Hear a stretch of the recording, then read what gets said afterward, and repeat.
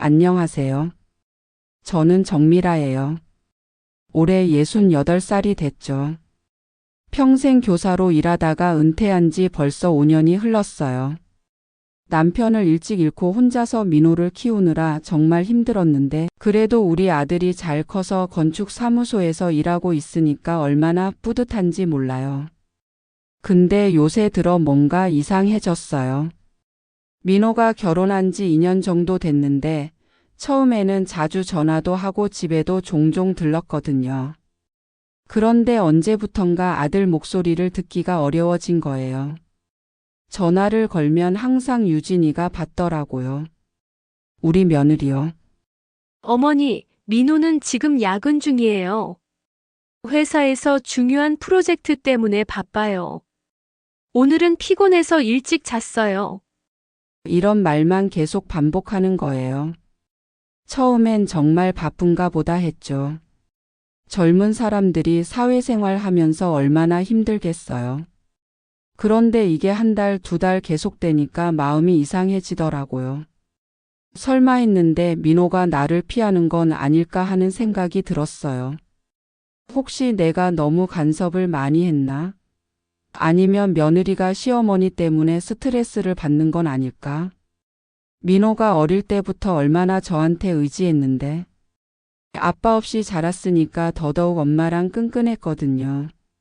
학교 다닐 때도 무슨 일 있으면 제일 먼저 저한테 말하고 대학 졸업하고 첫 월급 받았을 때도 저한테 용돈 드린다고 그렇게 기뻐했는데 결혼하면 당연히 부인을 우선시해야 한다는 건 알아요.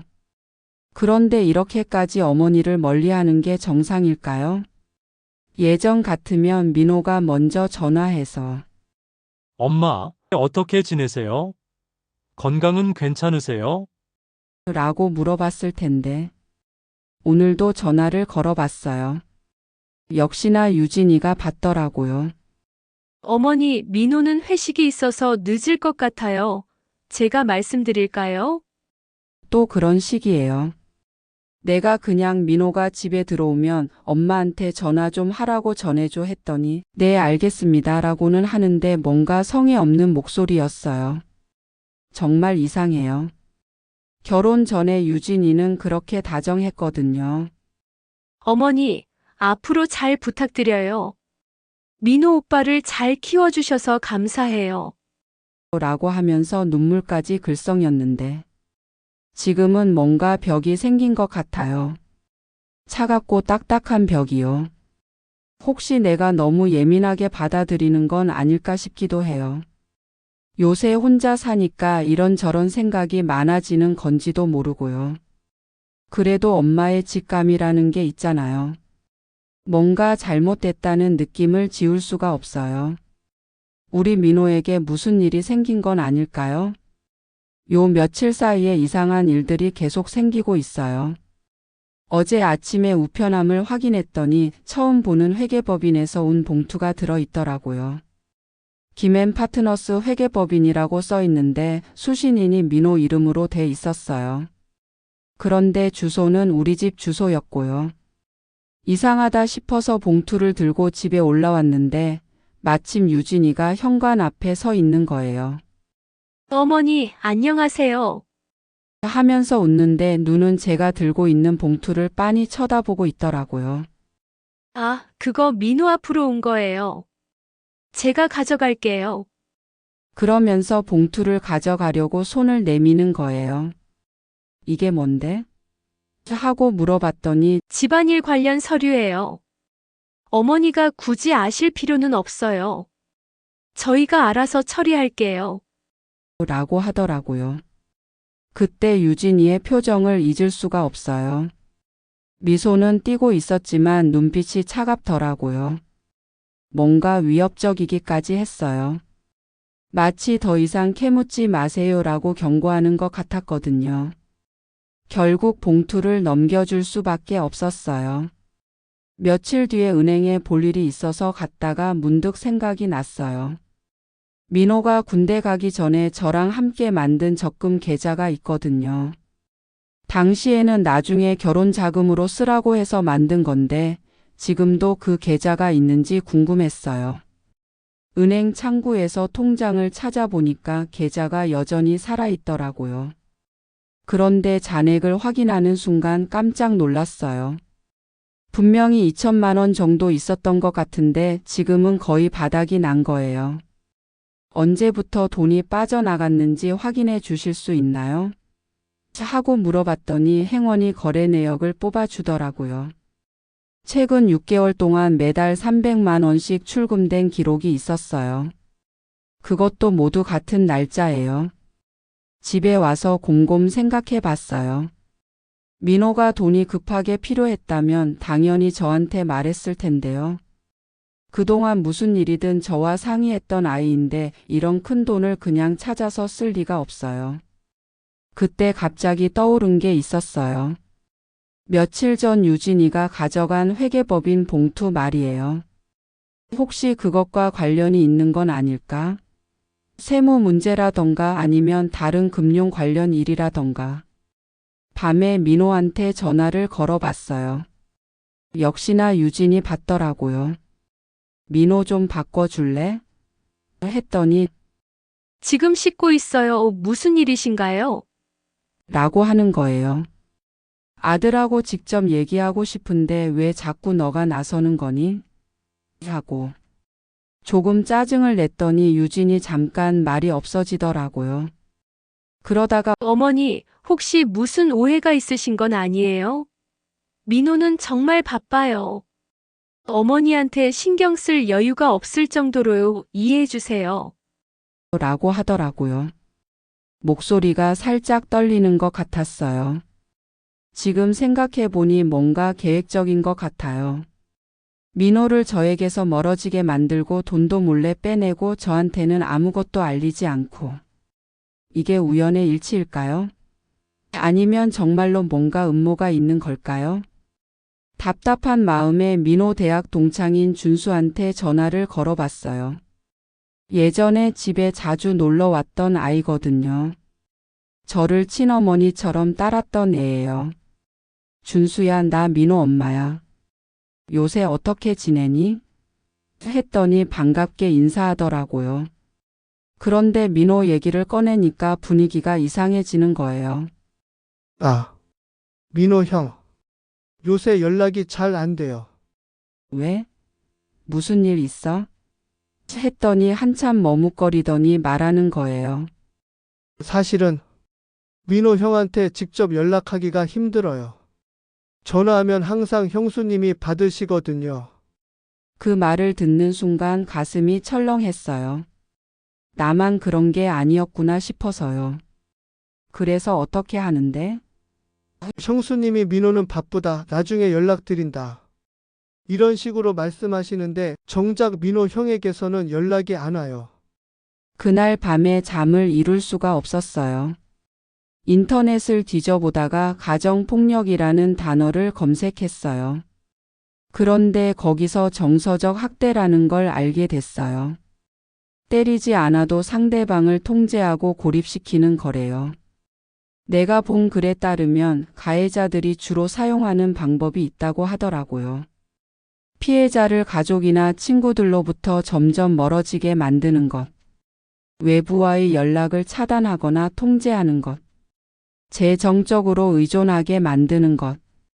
읽으면 읽을수록 지금 민호의 상황과 너무 비슷한 거예요. 어머니인 나조차 연락하기 어려워졌고 친구들과도 만나지 않고 돈도 몰래 빼서 어디다 쓰는지 알 수 없고. 그런데 가장 충격적인 건 피해자 자신은 자기가 조종당하고 있다는 걸 모른다는 얘기였어요. 오히려 가해자를 보호하려고 하고 주변 사람들이 걱정해도 괜찮다. 오해다라고 부인한다는 거예요. 며칠 전에 유진이가 어머니가 오해하고 계신 것 같아요. 라고 했던 말이 떠올랐어요.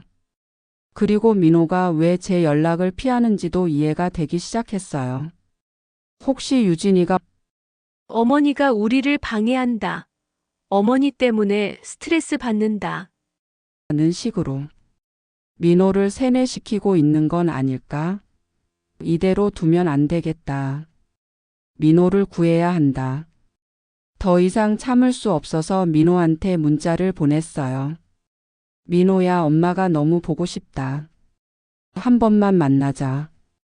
제발. 평소에 안 쓰던 제발이라는 말까지 썼으니까 얼마나 절실했는지 아시겠죠? 1시간 후에 답장이 왔어요. 엄마, 목요일 오후 3시에 집 근처 카페에서 만나요. 짧은 문자였지만 그래도 만나준다니까 눈물이 났어요. 그런데 동시에 불안했어요. 왜 하필 목요일일까? 그리고 왜 집이 아니라 카페에서 만나자는 걸까? 목요일이 되기까지 사흘 동안 잠도 제대로 못 잤어요. 뭘 어떻게 말해야 할지, 민호가 내 말을 믿어줄지 계속 고민만 했어요. 혹시 유진이가 함께 올까봐 걱정도 됐고요. 약속 시간보다 30분 일찍 카페에 도착했어요. 구석 자리에 앉아서 문을 계속 쳐다보고 있었는데 3시 정각에 민호가 들어왔어요. 다행히 혼자 왔더라고요. 그런데 민호를 보는 순간 깜짝 놀랐어요. 살이 많이 빠져 있고 얼굴도 어두컴컴했어요. 예전에 그 밝고 건강했던 모습이 아니었어요. 마치 무슨 고민에 시달리고 있는 것 같았거든요. 민호야. 하고 반갑게 인사했는데 민호는 어색하게 웃기만 하더라고요. 엄마, 안녕하세요. 평소에는 엄마 라고 다정하게 부르던 아이가 안녕하세요라니. 뭔가 거리감이 느껴졌어요. 많이 바빴구나, 살도 빠지고 했더니 네, 요새 프로젝트가 많아서요. 라고 대답하더라고요. 목소리도 힘이 없었어요. 그래서 조심스럽게 물어봤어요. 민호야, 혹시 무슨 고민 있어? 엄마가 도울 수 있는 일이 있으면 언제든지 말해. 그런데 민호가 갑자기 표정이 굳어지더니 말하는 거예요. 엄마, 제발 이런 오해 그만하세요. 유진이가 엄마한테 말했잖아요. 저 정말 바빠요. 그리고 유진이도 저를 위해서 많이 애쓰고 있어요. 무슨 오해? 엄마가 계속 저희 사생활을 간섭하려고 하신다고 들었어요. 유진이가 스트레스 받는다고 하더라고요. 그 말을 들은 순간 화가 났어요. 내가 언제 간섭했다고 그래? 아들한테 전화 한 통 하는 게 간섭이야? 엄마, 목소리 낮춰요. 사람들이 쳐다봐요. 민호가 주변을 둘러보며 불안해 하더라고요. 저는 지금 아무 문제 없어요. 유진이랑도 잘 지내고 있고요. 엄마가 괜히 걱정하시는 거예요. 정말 답답했어요. 저 앞에 앉아 있는 게 내 아들이 맞나 싶을 정도로요. 민호 목소리에 짜증이 섞여 있었어요. 1시간 동안 얘기했지만 결국 아무것도 해결되지 않았어요. 민호는 끝까지 저는 괜찮다, 엄마가 오해하고 계신다 라고만 반복했어요. 집에 와서 엉엉 울었어요. 내 아들이 저렇게 변할 줄이야. 누가 우리 민호를 저렇게 만든 걸까요? 정말 유진이 때문인 걸까요?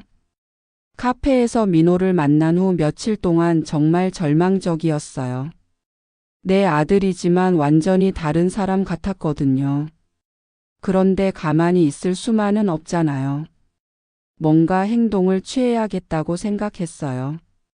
그때 문득 떠오른 게 유진이가 매주 목요일마다 요가 수업에 간다는 얘기였어요.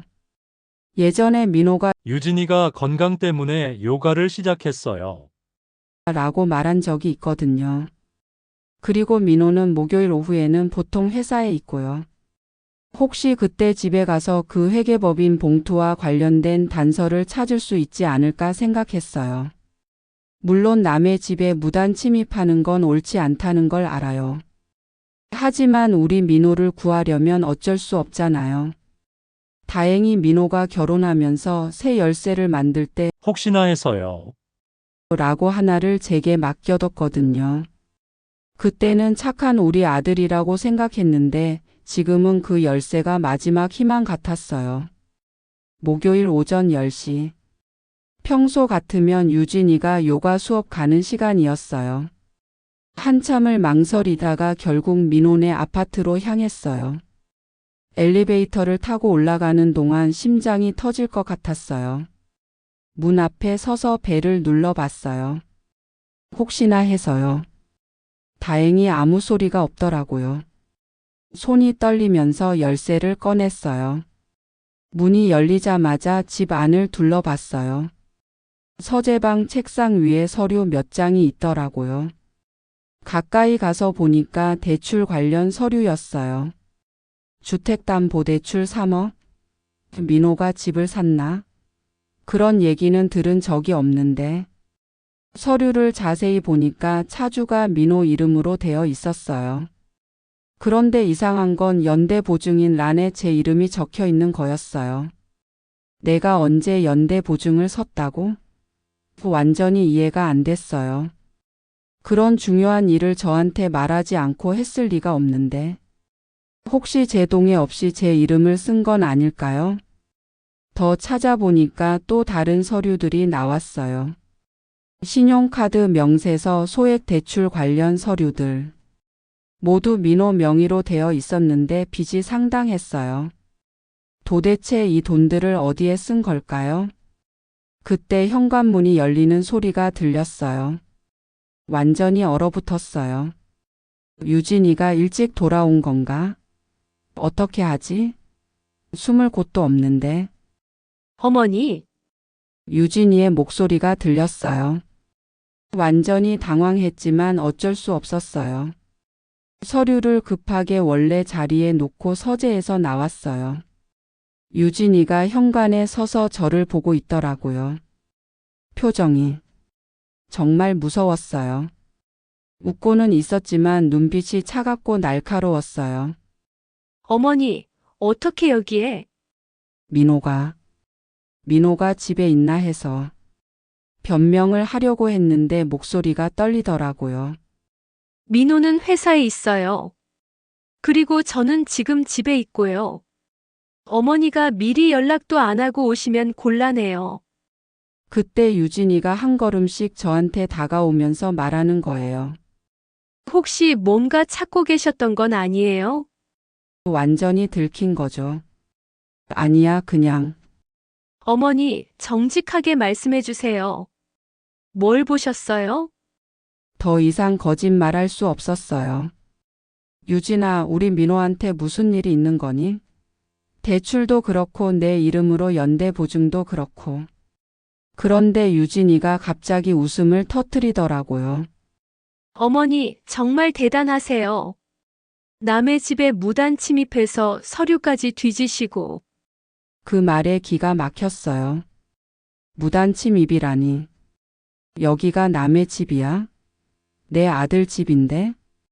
아니에요, 여기는 저희 집이에요. 민호와 제 집이죠. 어머니 집이 아니에요. 유진이의 목소리가 점점 차가워졌어요. 그리고 저희 사생활에 간섭하지 마세요. 민호도 어머니 때문에 스트레스 받고 있어요. 뭐라고? 스트레스? 내 어머니가 계속 이런 식으로 참견하시니까 민호가 힘들어해요. 엄마가 왜 이러실까 하면서 고민하고 있어요. 그 말이 정말 충격이었어요. 내가 민호에게 스트레스를 준다고? 유진아, 솔직히 얘기해보자. 넌 우리 민호를 어떻게 생각하는 거니? 그리고 이 모든 빚은 뭐야? 유진이가 소파에 앉으면서 말하더라고요. 어머니, 민호는 이제 제 남편이에요. 어머니 아들이기 전에 제 남편이라고요. 그리고 저희가 어떻게 살든 그건 저희 문제예요. 내 아들이 빚을 지고 있는데 그게 내 문제가 아니라고? 민호는 성인이잖아요. 본인이 선택한 거예요. 어머니가 나서실 일이 아니에요. 점점 화가 났어요. 이 여자가 우리 민호를 완전히 조종하고 있다는 게 확실해졌거든요. 유진아, 넌 우리 민호를 망치고 있어. 친구들과도 못 만나게 하고 나한테도 연락 못하게 하고. 어머니가 그렇게 생각하신다면 할 수 없네요. 하지만 민호는 행복해요. 저랑 함께 있을 때 가장 행복해해요. 유진이의 말투가 도발적이었어요. 그날 집에 돌아오는 길에 계속 생각했어요. 이대로 두면 우리 민호가 완전히 망가질 거라는 확신이 들었어요. 유진이는 민호를 재정적으로 정신적으로 완전히 통제하고 있어요. 그리고 제 이름까지 도용해서 빚보증까지 서게 만들었고요. 이제 정말 싸워야겠다고 다짐했어요. 법적으로든 어떻게든 우리 민호를 구해내야겠어요.